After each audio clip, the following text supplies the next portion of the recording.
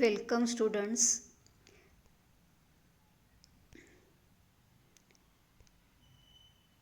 to the class of 12th Science Maths by Sis Sawan.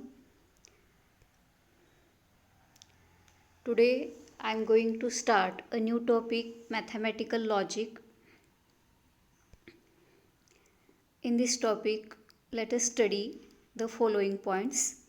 The first point is statement and its truth value. Second point, logical connective and compound statements. Third, truth tables, negations of compound statements and statements. Fourth point, statement pattern and logical equivalence. Fifth point, tautology, contradiction and contingency. Sixth point, quantifiers and quantifier statements and duality. Seventh point, applications of logic to switching circuits and switching tables.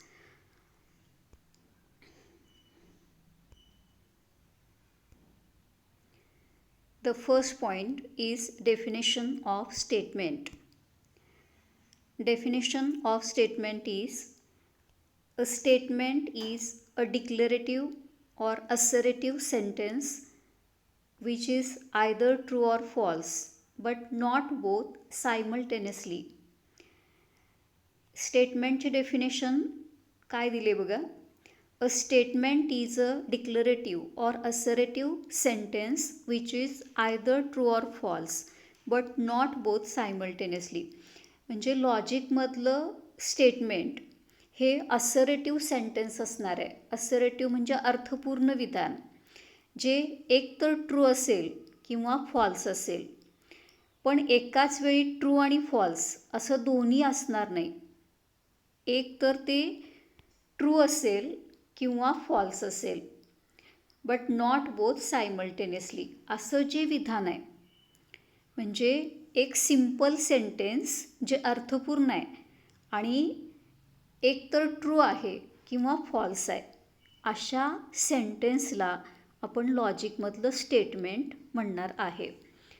तर जी statements आहेत ती small letters न denote केली जातात. That is, statements are denoted by P, Q, R, etc. The second definition जे आहे ती truth value of a statement. Truth व्हॅल्यूची डेफिनेशन अशी आहे बघा. Each statement is either true or false. If a statement is true then its truth value is T, and if a statement is false then its truth value is F. आता प्रत्येक statement, आता स्टेटमेंटच्या डेफिनेशनमध्ये आपण statement कसं define केलं, एक तर ते ट्रू पाहिजे किंवा फॉल्स पाहिजे, अशा विधानाला आपण स्टेटमेंट म्हणणार आहे. आणि स्टेटमेंट जर ट्रू असेल तर त्याची ट्रूथ व्हॅल्यू टी घ्यायची, आणि स्टेटमेंट जर फॉल्स असेल तर त्याची ट्रूथ व्हॅल्यू एफ घ्यायची आहे. म्हणजे if a statement is true then its truth value is t, and if a statement is false then its truth value is f. म्हणजे खरोखरच एखादं विधान ट्रू असेल तर त्याची ट्रूथ व्हॅल्यू टी घ्यायची. तर for example, 7 is a prime number असं एक सेंटेन्स आहे आणि त्याची ट्रूथ व्हॅल्यू आपल्याला डिसाईड करायची आहे.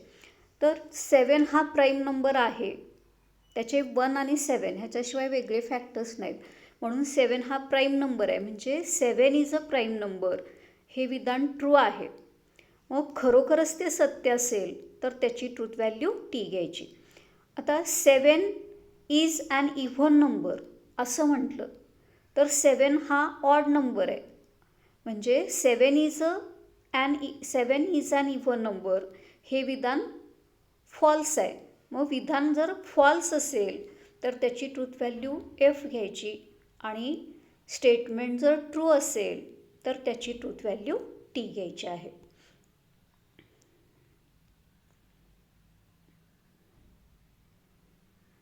Consider the following sentences. First sentence, sun rises in the east. Second, 5 into 2 equal to 11. Third, every triangle has 3 sides. Fourth, Mumbai is the capital of India. Fifth, every equilateral triangle is an equiangular triangle. Sixth, a natural number is an integer. The above sentences are statement in logic. आता इथं काही विधानं दिलेत, तर ही 6 विधानं ही simple sentences आहेत आणि अर्थपूर्ण आहेत. काहीतरी अर्थबोध त्याच्यातून होतोय. अशा प्रकारची जी विधानं आहेत, म्हणजे ते सेंटेन्स सिंपल सेंटेन्स पाहिजे आणि अर्थ स्पष्ट झाला पाहिजे, अशी जी सेंटेन्सेस आहेत त्यांना लॉजिकमधली स्टेटमेंट्स म्हणायचं आहे. बघा, स्टेटमेंट, लॉजिकमधलं स्टेटमेंट असण्यासाठी दिलेलं जे सेंटेन्स आहे, सेंटेन्स आणि स्टेटमेंट याच्यामध्ये फरक आहे. दिलेलं जे सेंटेन्स आहे हे सिंपल पाहिजे, म्हणजे साधं वाक्य पाहिजे आणि अर्थस्पष्ट होणारं विधान पाहिजे. सिंपल आणि अर्थस्पष्ट करणारं सेंटेन्स असेल तर त्याला लॉजिकमधलं स्टेटमेंट म्हणायचं आहे. म्हणजे ही जी 6 विधानं दिलेत ती लॉजिकमधली स्टेटमेंट्स आहेत. Following sentences are not statements in logic. आता स्टेटमेंट म्हणायचं कुणाला नाही हे ह्या काही वाक्यातून सांगितलेलं आहे. आता याच्यातलं पहिलं सेंटेन्स बघा, प्लीज गिव युअर पेन. आता ही रिक्वेस्ट आहे, प्लीज गिव युअर पेन ही रिक्वेस्ट आहे. Second, what is your name हा क्वेश्चन आहे. Third, what a beautiful place it is हे एक्सक्लेमेटरी सेंटेन्स आहे. Fourth, how are you question आहे. Fifth, do you like to play tennis हा पण question आहे. 6, ओपन द विंडो ही command आहे, ऑर्डर आहे. 7, let's go for a tea, let's go for tea he suggestion आहे. मग आता 8th सेंटेन्स, सिट डाऊन ही पण कमांड आहे.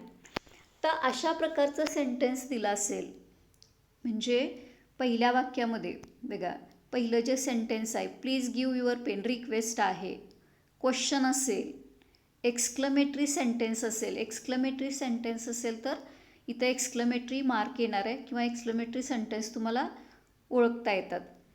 क्वेश्चन असेल किंवा कमांड असेल, सजेशन असेल, तर अशी जी सेंटेन्सेस आहेत ती लॉजिकमधली स्टेटमेंट असणार नाहीत. बघा, following sentences are not statements in logic.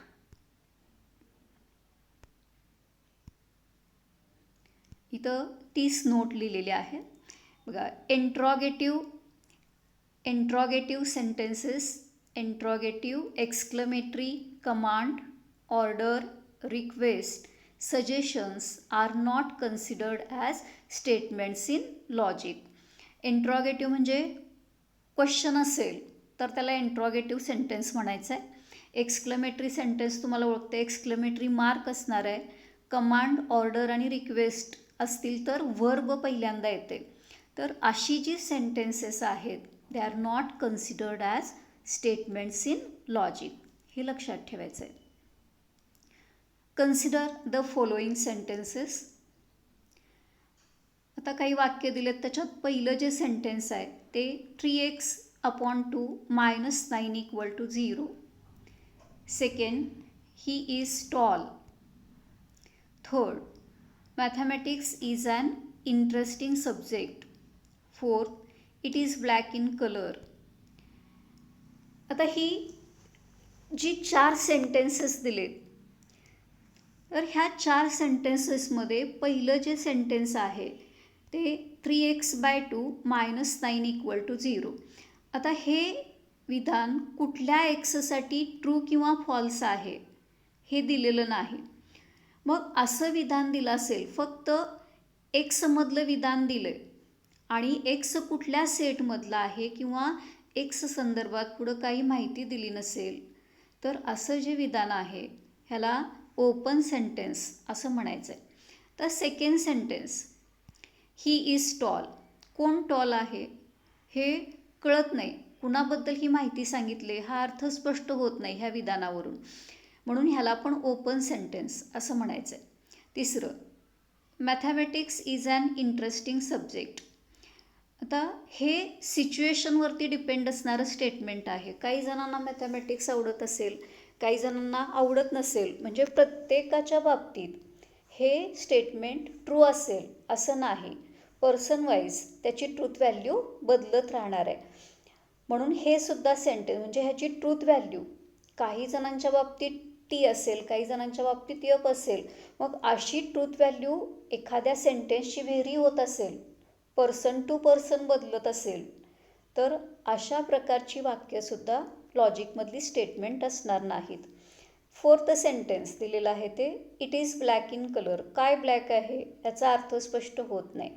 मग अर्थ स्पष्ट होत नसेल किंवा मॅथमॅटिकल सेंटेन्स आहे आणि एक्स संदर्भात तुम्हाला कुठली माहिती दिली नसेल किंवा एखाद्या वाक्याची truth value person to person बदलत असेल, तर अशी जी सेंटेन्सेस आहेत त्यांना ओपन सेंटेन्सेस असं म्हणायचं आहे. बघा, अशी वर दिलेली ही 4 वाक्य ही ओपन सेंटेन्सेस आहेत आणि ओपन सेंटेन्सेस असतील तर they are not considered as statement in logic. ती नोट इथं दिलेली आहे. In all the above sentences the truth value depends on the situation. Such sentences are called as open sentences and open sentences are not considered as statement in logic.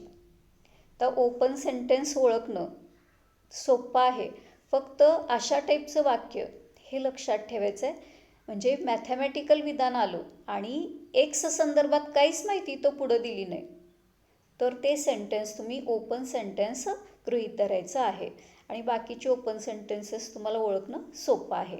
Open sentence असेल तर ते लॉजिकमधलं statement असणार नाही.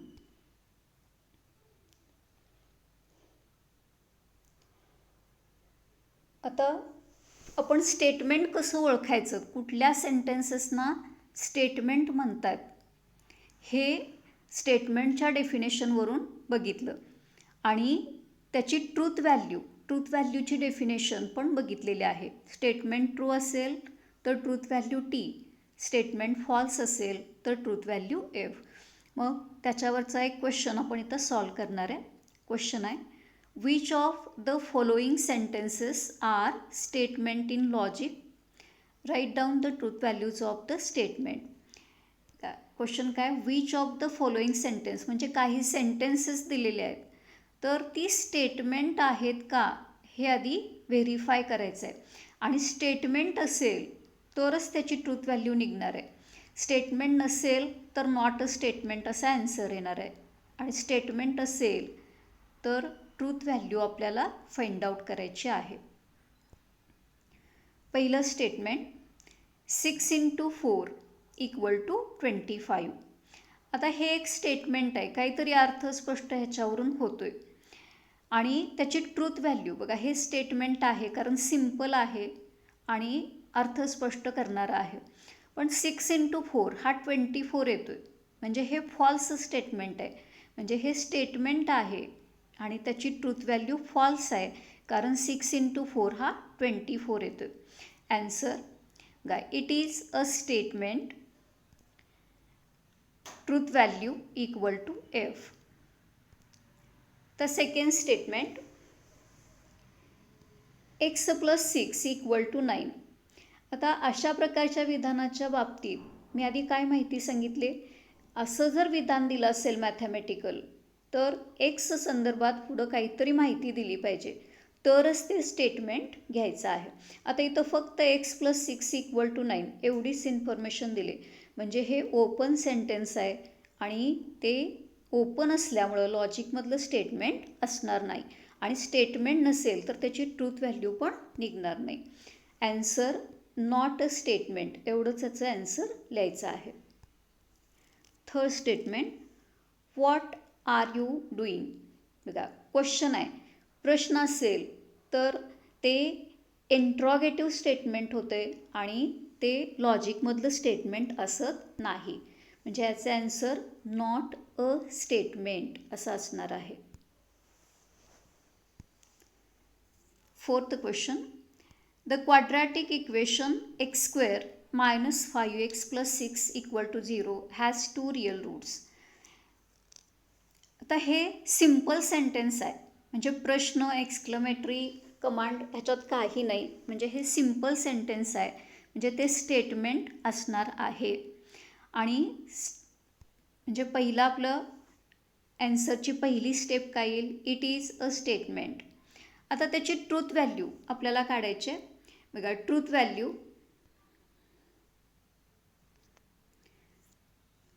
आता x square minus 5x plus 6 equal to 0 has 2 real roots. ह्या स्टेटमेंटला 2 real roots आहेत असं त्यांनी म्हटलेलं आहे. मग तुम्ही हे सॉल्व करून बघू शकता. बघा सॉल्व केलं तर त्याला 2 रिअल रूट्स येणार आहेत. म्हणजे इथं ट्रूथ व्हॅल्यू त्याची काय, x square minus 5x plus 6 equal to 0, हे जर तुम्ही सॉल्व केलं तर x minus 3 into x minus 2 equal to 0, म्हणजे एक्स इक्वल टू 3 आणि एक्स इक्वल टू 2 हे त्याचे फॅक्टर्स येणार आहेत किंवा रूट्स येणार आहेत. इथं ट्रूथ व्हॅल्यू त्याची इथं टी असणार आहे, इथं टी लिहायचं आहे, इथं चुकून एफ लिहिलं गेलेलं आहे, इथची ट्रूथ व्हॅल्यू टी येणार आहे. इथं असं जर विधान असतं, all the quadratic equation has 2 real roots, all the quadratic equation has 2 real roots, असं जर विधान असतं तर त्याची ट्रूथ व्हॅल्यू फॉल्स आली असती. इथे एक पर्टिक्युलर क्वाड्रॅटिक इक्वेशन दिलेलं आहे आणि त्याची ट्रूथ व्हॅल्यू ही टी आहे, कारण त्याला 2 रिअल रूट्स मिळतात. फिफ्थ सेंटेन्स जे आहे ते प्लीज सिट डाऊन. आता please sit down he request आहे आणि रिक्वेस्ट असेल तर ते स्टेटमेंट असणार नाही. म्हणजे आपला ॲन्सर काय असणार आहे, not a statement. Sixth sentence, the moon revolves around the sun. आता हे सेंटेन्स बघितलं की लक्षात येतं हे सिम्पल सेंटेन्स आहे, म्हणजे ते पहिल्यांदा स्टेटमेंट आहे. म्हणजे आपली पहिली स्टेप काय येणार आहे, it is a statement. The moon revolves around the sun हे ट्रू असेल तर ट्रूथ व्हॅल्यू टी येईल, अदरवाईज फॉल्स येणार आहे. मग moon revolves around the sun हे एक ट्रू स्टेटमेंट आहे आणि त्याची ट्रूथ व्हॅल्यू टी येणार आहे. सातवं sentence, every real number is a complex number. गा every real number is a complex number असं सेंटेन्स आहे. आता हे आधी स्टेटमेंट आहे का हे चेक करायचं आहे. तर सिम्पल सेंटेन्स आहे, काहीतरी अर्थस्पष्ट त्याच्यावरून होतो आहे, म्हणजे ते लॉजिकमधलं स्टेटमेंट आहे. म्हणजे पहिली स्टेप आपली काय असणार आहे, इट इज अ स्टेटमेंट. आता ट्रू आहे का फॉल्स आहे हे ठरवायचं आहे. Every real number is a complex number. आता रिअल नंबर आणि कॉम्प्लेक्स नंबर दोन्ही तुम्हाला माहिती आहेत. रिअल नंबर लाईन्सवरती जेवढे नंबर आहेत ते सर्व रिअल नंबर आहेत. आणि कॉम्प्लेक्स नंबरची डेफिनेशन काय, the number which can be expressed in the form a plus IB where AB belongs to R and I equal to root of -1 is called a complex number. मग प्रत्येक real number हा complex नंबरच्या फॉर्ममध्ये express करता येतो. आता 2 हा real number घेतला तर 2 हा 2 प्लस I0 असा लिहिता येतो. कुठलाही रिअल नंबर हा कॉम्प्लेक्स नंबरच्या फॉर्ममध्ये एक्सप्रेस करता येतो आणि म्हणून प्रत्येक रिअल नंबर हा कॉम्प्लेक्स असतोच. रिअल नंबरचा set of real numbers is a subset of complex number. त्यामुळे हे जे सेंटेन्स आहे हे ट्रू स्टेटमेंट आहे आणि त्याची ट्रूथ व्हॅल्यू टी आहे. आता इथं उलटं विधान दिलं असतं, every complex number is a real number, तर त्या स्टेटमेंटची ट्रूथ व्हॅल्यू ही फॉल्स आली असती, कारण कुठलाही कॉम्प्लेक्स नंबर हा रिअल असत नाही, हे लक्षात ठेवायचं. Each real is a complex but each complex is not a real. 7th statement आहे, ही इज ऑनेस्ट. आता स्टेटमेंट आहे का हे आधी व्हेरीफाय करा. ही इज ऑनेस्ट, कोण ऑनेस्ट आहे हे कळत नाही, अर्थ स्पष्ट करणारं विधान नाही, म्हणजे हे ओपन सेंटेन्स आहे, म्हणजे याचा ॲन्सर नॉट अ स्टेटमेंट येणार आहे, त्याची ट्रूथ व्हॅल्यू काढता येत नाही. 8वं जे सेंटेन्स आहे, the square of A prime number is a prime number. आता आधी सेंटेन्स आहे का बघायचं, स्टेटमेंट आहे का बघायचं आणि मग त्याची ट्रूथ व्हॅल्यू काढायची. मग विधान जे आहे ते सिम्पल स्टेटमेंट आहे, सिम्पल सेंटेन्स आहे, अर्थ स्पष्ट करणारं आहे, म्हणून ते स्टेटमेंट आहे, म्हणजे पहिली स्टेप ॲन्सरमधली इट इज अ स्टेटमेंट अशी येईल. आता ट्रू आहे का फॉल्स आहे हे ठरवताना प्राईम नंबर तुम्हाला माहिती आहे, 3 हा प्राईम आहे, 7 प्राईम आहे, 5 प्राईम आहे, 11 प्राईम आहे, म्हणजे प्राईम नंबर म्हणजे मूळ संख्या, मूळ संख्येची डेफिनेशन तुम्हाला माहिती आहे. मग विधान काय दिलं आहे, the square of A prime number is a prime number. मग एखादा प्राईम घ्यायचा आणि त्याचा स्क्वेअर करून बघा. 3 हा प्राईम आहे आणि त्याचा स्क्वेअर 9 आहे, पण 9 प्राईम नाही, कारण 9चे फॅक्टर्स पडत आहेत. असा कुठलाही प्राईम नंबर तुम्ही घेतला आणि त्याचा स्क्वेअर केला तर तो प्राईम नंबर येत नाही, म्हणून त्याची ट्रूथ व्हॅल्यू ही फॉल्स आहे. म्हणजे प्राईम नंबरचा स्क्वेअर केला तर तो प्राईम नंबर येत नाही, ट्रूथ व्हॅल्यू एफ. आता 9वं जे स्टेटमेंट आहे, 0 इज अ कॉम्प्लेक्स नंबर. तर मगाशी आपण डिस्कस केलं, प्रत्येक रिअल नंबर हा कॉम्प्लेक्स असतो आणि 0 हा रिअल नंबर आहे. 0 हा पण 0 + I0 असा कॉम्प्लेक्स नंबरच्या फॉर्ममध्ये एक्सप्रेस करता येतो, म्हणून 0 हा कॉम्प्लेक्स नंबर आहे, म्हणजे हे स्टेटमेंट आहे आणि ट्रू स्टेटमेंट आहे, म्हणजे answer it is a statement आणि त्याची ट्रूथ व्हॅल्यू ही टी असणार आहे. आता अशा पद्धतीनं तुम्ही एक्सरसाइजमधला एक्सरसाइज 1.1 हा सॉल्व करायचा आहे, म्हणजे त्याच्यात काही स्टेटमेंट्स दिलेत, सेंटेन्सेस दिलेत, ती स्टेटमेंट्स आहेत का हे व्हेरीफाय करायचं आणि स्टेटमेंट असेल तर त्याची ट्रूथ व्हॅल्यू काढायची आहे.